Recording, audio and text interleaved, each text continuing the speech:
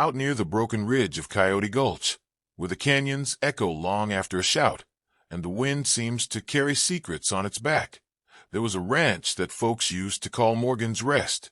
It sat low against the red rocks, guarded by sagging fences and 2 weather-lean sycamores.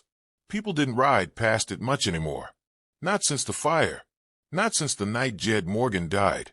They said he died defending the place, shot down by raiders in the dark, the barn ablaze behind him. The official story, passed around saloons and supply wagons, was that he held off 3 outlaws on his own, refused to abandon the land, and paid for it with his life. It was a tale folks respected from a distance. They nodded, spoke kindly, and moved on quick when the widow came to town. Clara Morgan was a quiet sort before it all happened, known for her thread work and her sweet peach preserves. But the woman who returned after burying an empty coffin wasn't the same one folks remembered. The sweetness was gone. The softness burned away with the barn. She rode into town with no makeup on her face and no tears in her eyes. She didn't ask questions, and she didn't offer answers. When the sheriff handed her a scrap of Jed's coat and said the rest of him had burned beyond recognition, she just nodded and took it. That was 6 months ago. Now she lived alone on the ranch, keeping the animals fed and the fences mended, refusing to sell. Every week someone tried to make an offer, ranchers, speculators, even a man from Santa Fe in a black coat with silver buttons, but she turned them all away without opening the door.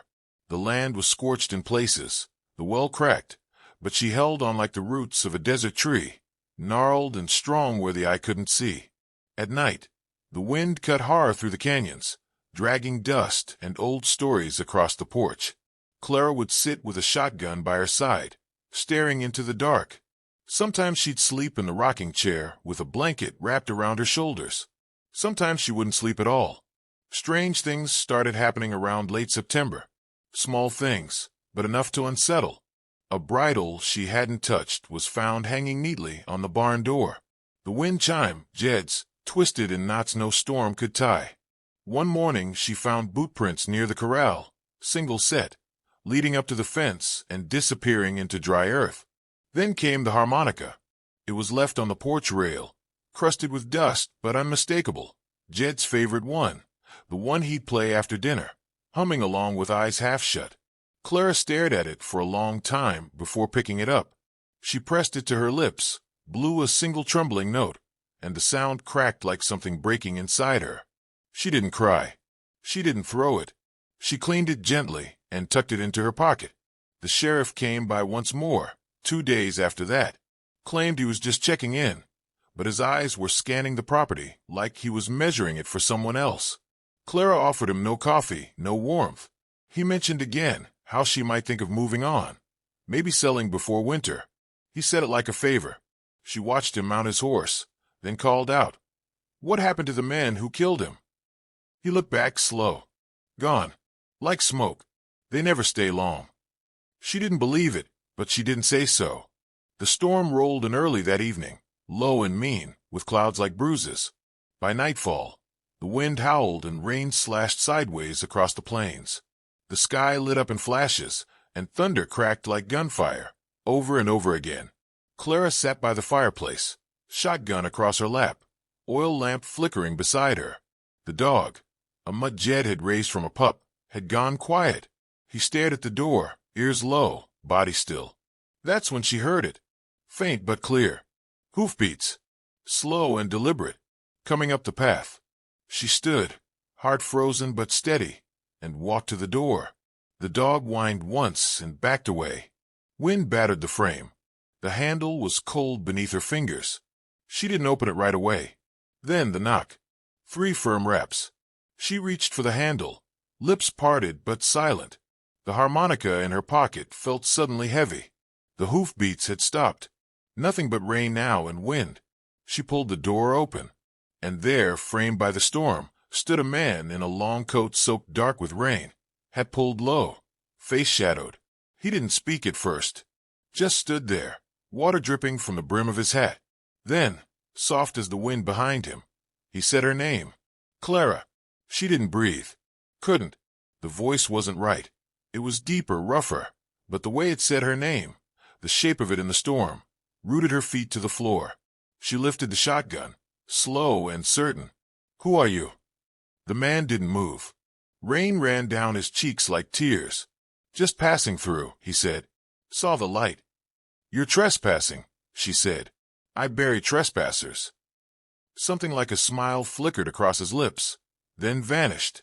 "I know," he said, "but I thought you should know. There's danger coming. Men riding this way. Soon." Clara narrowed her eyes. "How do you know that?" "I heard them," he said. "Been tracking them. They're not just passing through. They want this place." She didn't lower the shotgun. "I can help," he added, and this time, something cracked in his voice, familiar, aching. She looked into his eyes then, really looked, and something inside her stirred. Recognition? Doubt? A memory clinging to life? "I don't need help from ghosts," she said. He didn't flinch. "Just step back into the rain. Then lock your doors," he said. "They'll be here before dawn."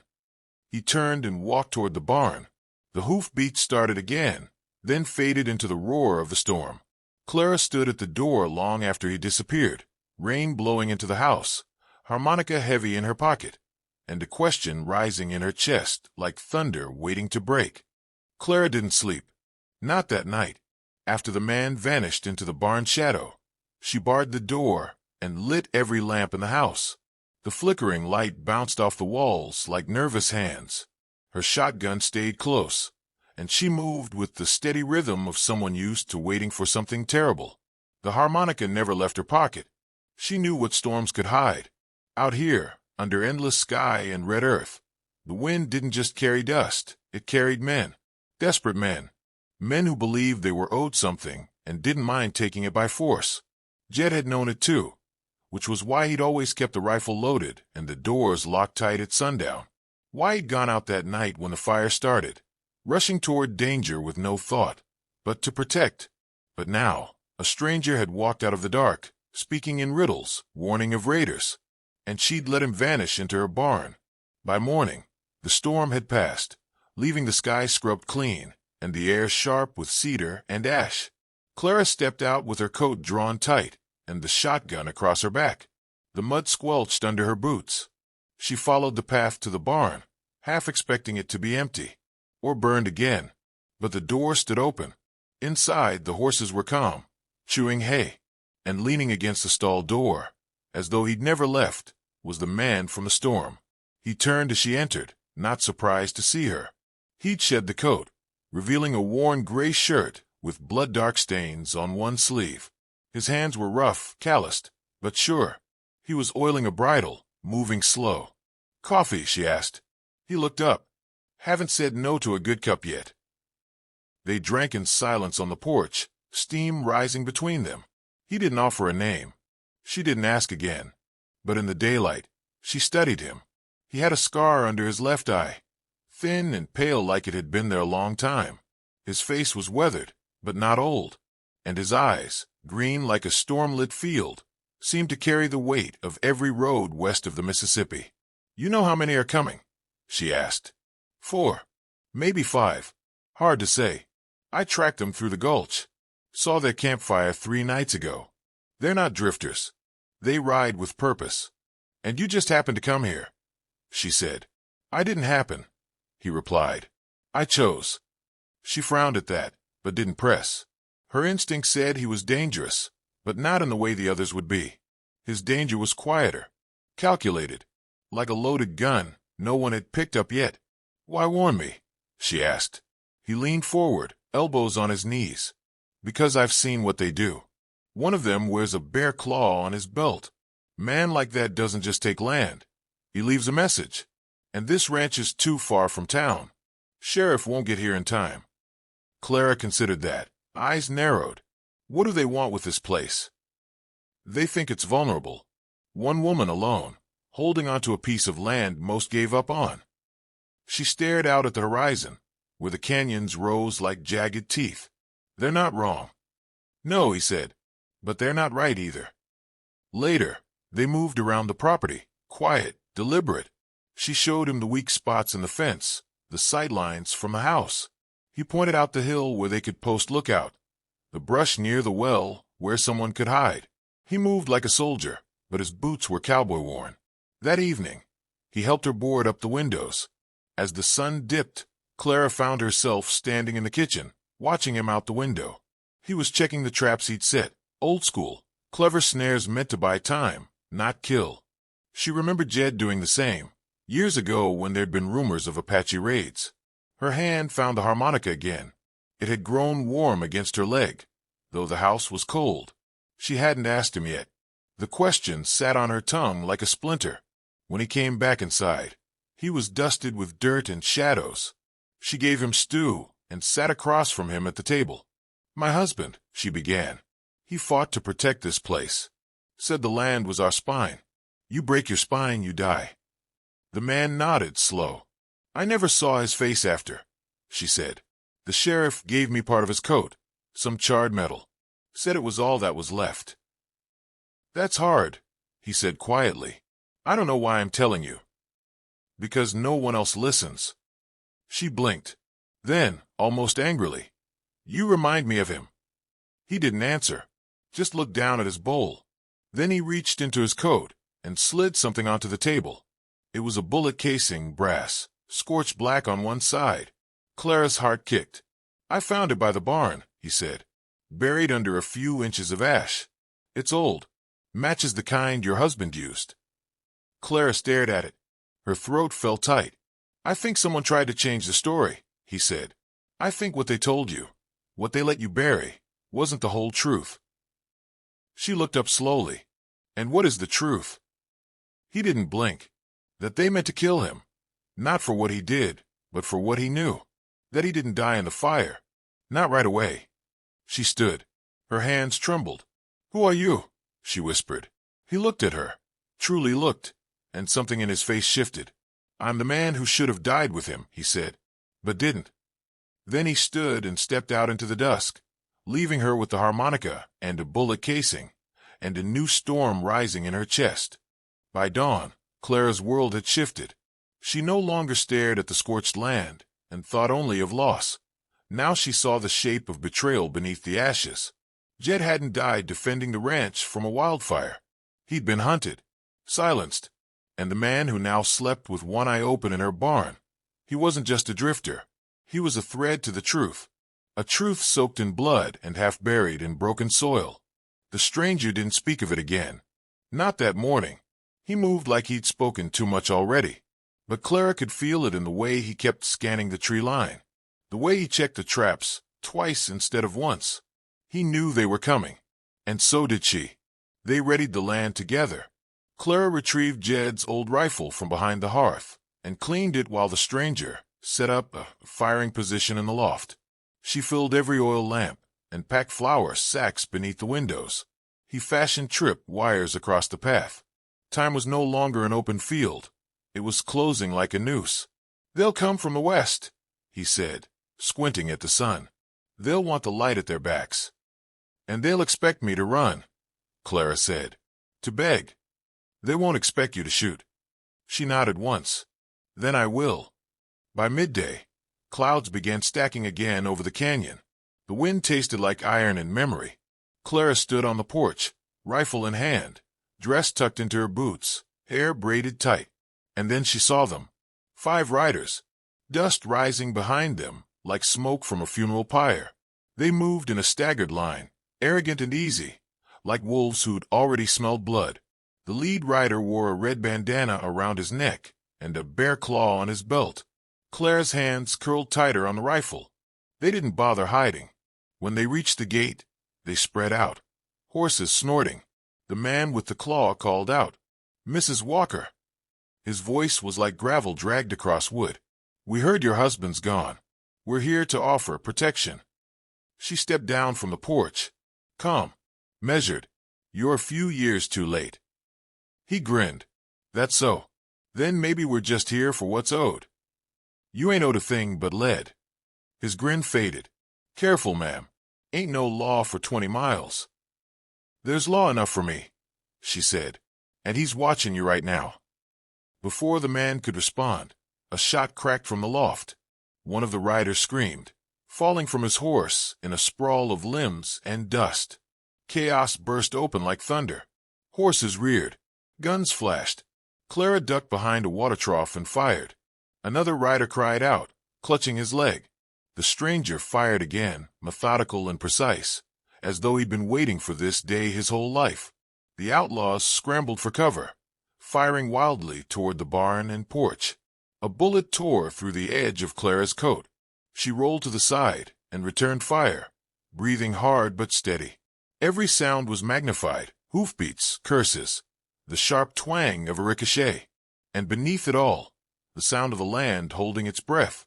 Then she saw him, the man with the bare claw, slipping off his horse and circling wide through the corral, flanking toward the house.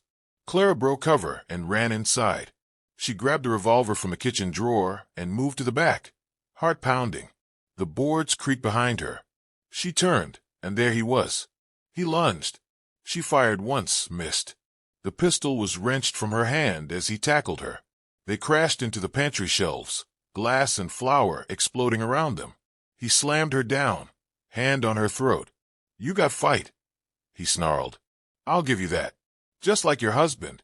Fool never begged. Clara choked out the words. "You killed him." He leaned close, breath rancid. He found what wasn't his. That deed, those documents. Told him we'd burn him out. Didn't expect him to die quiet. Thought you'd fold without him. Her vision darkened at the edges. Then came the harmonica. A single, low note, warbling from the porch. The man's grip faltered, just for a second. But it was enough. A shadow moved behind him. The stranger stepped through the kitchen like death in worn boots, knife in hand. In one motion, he pulled the outlaw back and drove the blade beneath his ribs. The bare-clawed man gasped, eyes wide. Clara coughed and rolled free. "Debt's due," the stranger whispered. The outlaw crumpled. Clara pressed a hand to her throat, staring. The stranger helped her to her feet, steadying her. "Jed knew," he said. "He tried to stop them. Die trying. You were with him. I was supposed to ride east. Take the proof. I failed him." They stood in silence as the last of the gunfire died outside. One outlaw fled on horseback. The others lay broken in the dust. Clara stepped out onto the porch, rifle still in hand. Smoke drifted from the barn loft. The horses whinnied, agitated but unhurt, and the land, her land, was quiet again. She turned to the man beside her. "What now?" she asked. He looked to the horizon, where dusk was beginning to bleed into the sky. "They'll come looking for these men. Someone will. You've got a story to tell." "And you?" He shrugged. "I'll ride. Not far if you ever need." Clara stared at him, then down at the harmonica. She hadn't even realized she'd pulled it from her pocket. "Did he play it?" she asked. The man smiled. "Only when he needed courage." She nodded, then raised it to her lips.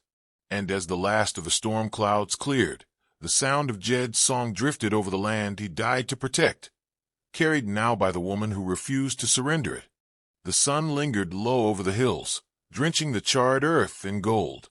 Smoke still curled from the edges of the barn, and Clara Walker stood beside a fresh grave beneath the cottonwood. The simple cross bore no name, just a strip of Jed's old saddle leather wrapped around its center. Wind whispered through the trees, but the land had grown quiet again, like it was listening. She hadn't spoken much since the last gunshot. The man, her husband's last friend, had disappeared by morning, leaving only the smell of coffee on the stove and the harmonica atop the mantel. No name, no goodbye. Just silence, like a ghost content his debt had been paid. The townsfolk came slowly, one wagon at a time. Word spread fast when men like Bo Reddick died with bullets in their chests. Sheriff Kincaid rode out with a deputy and 2 ranchers, all cautious-eyed and quiet-spoken. Clara showed them the deed, the burns, the clawed belt that hung now like a trophy by her door. "You're saying they killed Jed?" Kincaid had asked. "I'm saying they tried to erase him." "You got witnesses?" "I've got bullet holes." The sheriff had stared at her a long while before tipping his hat and saying only, "Good." Then he rode back to town and left her to the wild, as though he knew better than to question the kind of justice the frontier allowed when the law showed up too late. Weeks passed. The rains came and softened the earth, green creeping up where fire had once ruled. Clara worked the fields with steady hands. She patched fences, nursed the cattle that had survived, and slept light with a rifle near the bed. People started looking at her differently in town, less like a widow, more like a woman who'd wrestled death and won. They still whispered when she passed, still waited for her to speak first. But they nodded now, tipped their hats slower. She had a kind of gravity about her, one forged in flame and gunpowder. Then came the knock, late one evening, as the sun bled its last behind the mesa. A single knock echoed through the house, slow, hollow. She froze, hand still on the lantern. No one ever came this late. Another knock, louder this time. She moved quietly to the door, heart steady but alert. The rifle leaned behind her like a loyal hound. She opened the door, with one foot braced against the frame. And there he stood, dripping wet, wide shoulders hunched, hat shadowing his face. A storm cracked somewhere behind him, lightning flashing like a lantern held by God himself. He looked up, and Clara dropped the lamp, because it was Jed, older, worn, a beard he hadn't had before, a scar cutting across his jaw. But the eyes, the impossible, steady eyes, hadn't changed at all. "Clara," he said, voice rough and disbelieving. She didn't move, couldn't breathe. Then slowly, she reached for him, fingers brushing his coat, his cheek, the soaked shirt clinging to his chest. He was real, flesh and bone. "You died," she whispered. "I buried you." He shook his head, blinking rain from his lashes. "I should have. They came in the dark. I fought, but they left me in the canyon. Thought I was done. Would have been, if a trapper hadn't found me. You didn't come back. I couldn't. Fever took me. Broke my ribs, my memory. I didn't know who I was for weeks. When it cleared, I thought maybe it was too late, that they'd taken everything. I didn't want to bring death to your door." She took a step back and struck him hard across the face, not out of anger, out of grief that had nowhere left to live. "You should have come home." He caught her wrist and pulled her close, rain dripping between them. "I did." They stood like that for a long time, thunder rolling, hearts racing. Then she led him inside. They sat beside the fire, boots drying by the hearth. He told her everything, the trapper, the weeks in the hills, the half-remembered face of the friend he'd sent riding east with their only proof. Clara listened, silent but strong, eyes glistening.